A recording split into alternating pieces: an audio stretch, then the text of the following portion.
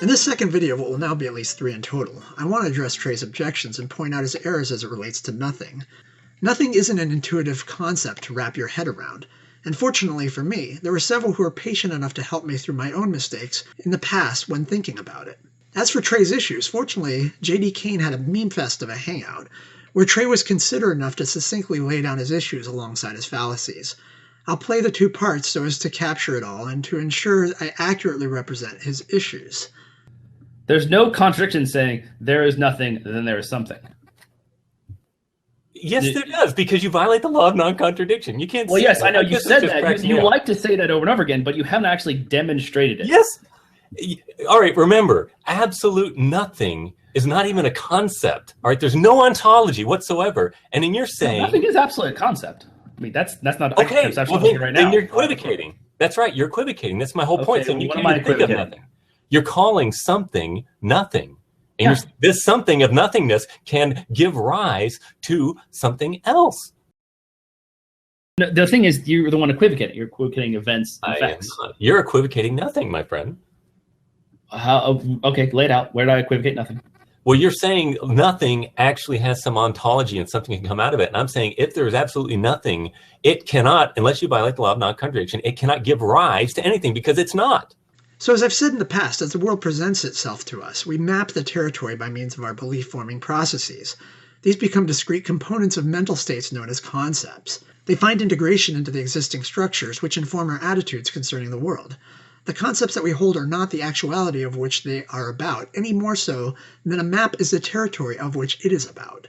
Our concepts are the mental representations, of which our thoughts are comprised, and allow us to sort data into categories, recall it from memory, and maintain an internally coherent model that attempts to correspond to the external reality.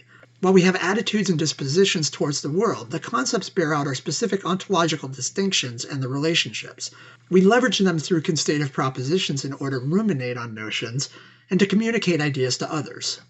As we are presented with this cat walking on the rail, our faculties of perception take in the data, analyze it, and integrate it into our models of the world.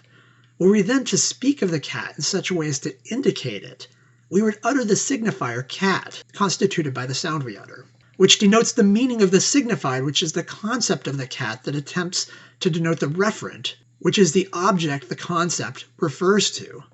It is to point to a named landmark on your map and have that mapped relation correspond to a feature in the territory. So put simply, when I say something like the cat is on the rail, I'm denoting that it is the case that there is an object X such that X conforms to my concept of a cat. It is the case that there is an object Y such that Y conforms to my concept of a rail. And it is the case that X is on the Y. And where 1 through 3 are true, I have successfully referred to the cat being on the rail. Taking another example, if I were to say there are $3 in my wallet, I could state it as, it is the case that there is an object X such that X conforms to my concept of a dollar. It is the case that there is an object Y such that Y conforms to my concept of a wallet. It is the case that there are 3 of X in the Y. By using my concept of a dollar, my concept of threeness, and my concept of a wallet, I attempt to refer to objects in the world, and where they correspond to my concepts, I refer successfully. Going back to our friend the cat, what would it mean to denote there is no cat on the railing? What would be the referent in that case? Just as we can conceive of $3 in a wallet or 3 cats on the railing, we can conceive of no cats on a railing. It is to say, it is the case that there is an object X such that X conforms to my concept of a cat. It is the case that there is an object Y such that Y conforms to my concept of a railing.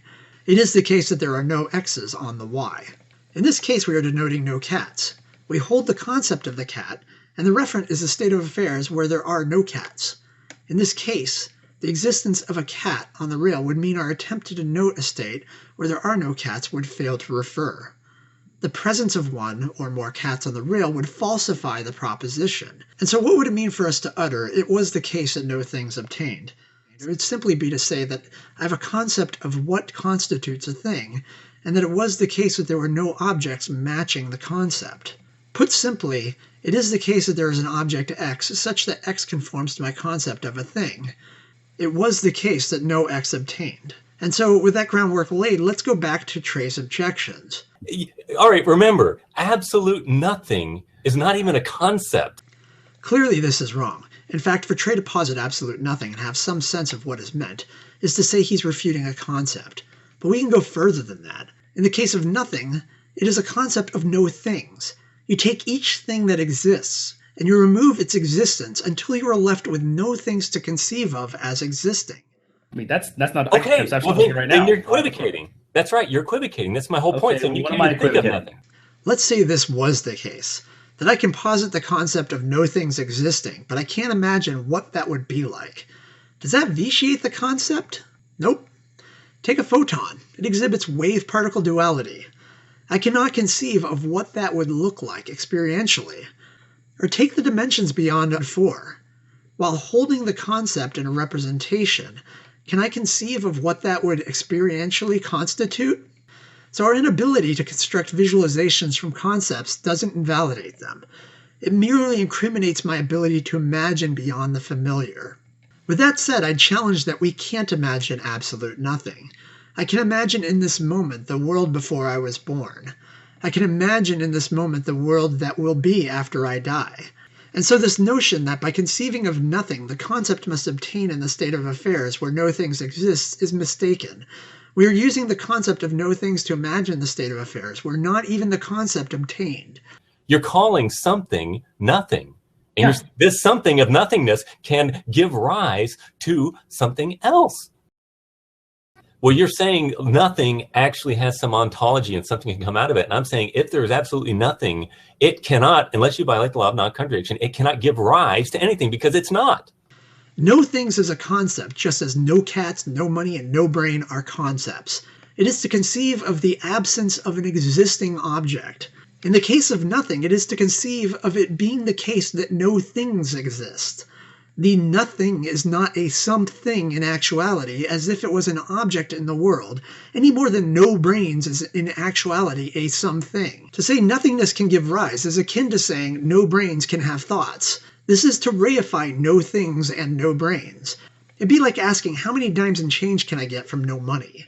If anyone says that nothing gives rise to something or suggests that by something from nothing, what is meant is that nothing is producing something, then they are committing the fallacy of reification. They are presenting the concept as an object in actuality. There is no thing being posited as a state of affairs antecedent to something obtaining.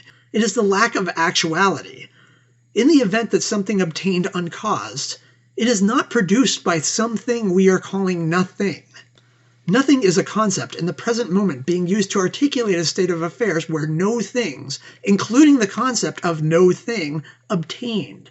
When Trey argues to me that I'm positing something called nothing, he is misrepresenting my position. I am using a concept of no things to denote a state of affairs lacking some things.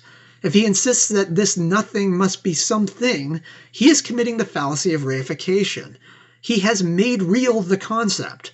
I am not making real the concept as I am not asserting that something is doing anything in the case of nothing.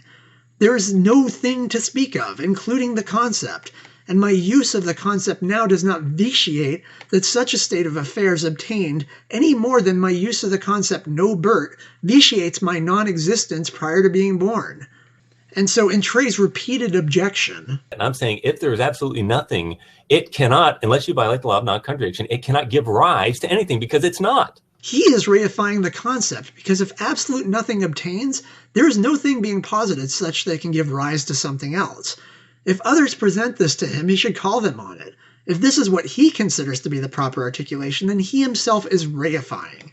The ontology of nothing is a concept. It is a concept of an empty set of things, which are the referent. It is not a thing in actuality, and there is no contradiction. Nothing is a concept within a conceiver, and is not something to be met with within the world. From the two videos thus far, here stands the challenge for Mr. Jadlow, given the burden he's assumed. Number 1, without begging the question, demonstrate that an event necessarily entails a cause and an effect, and the contrary is an impossibility.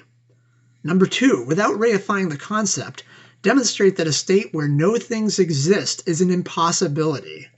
I'll leave you with two quotes, the first from Bertrand Russell, and the second from Trey Jadlow.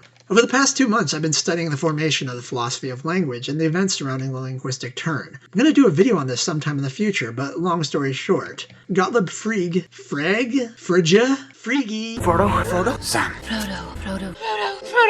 Frodo, Sam. Gottlieb Frege, actually, it's Gottlieb Frege. Gottlieb Frege, who contributed to the start of this move with his work on sense and reference, eventually had his theory of language vitiated by a flaw that Bertrand Russell exposed through their interactions. Later in his life, an editor asked Russell if he could print Frege and Russell's correspondences, and this was his response. I should be most pleased if you would publish the correspondence between Frege and myself, and I am grateful to you for suggesting this. As I think about acts of integrity and grace, I realize that there is nothing in my knowledge to compare with Frege's dedication to truth. His entire life's work was on the verge of completion. Much of his work had been ignored to the benefit of men infinitely less capable. His second volume was about to be published, and upon finding that his fundamental assumption was an error, he responded with intellectual pleasure, clearly submerging any feelings of personal disappointment. It was almost superhuman and a telling indication of that which men are capable if their dedication is to creative work and knowledge, instead of cruder efforts to dominate and be known. And finally, in Trey's own words, this is where everyone just tunes out and is like, Trey's off his fucking rocker, and they don't want to talk to you. I will grant you that. Well said, Trey. Well said. In the next video, I'll be presenting Trey's objections to an eternal, uncreated something that changes, and probably lump in a few other things. Hope you enjoyed this, and please subscribe. Thanks.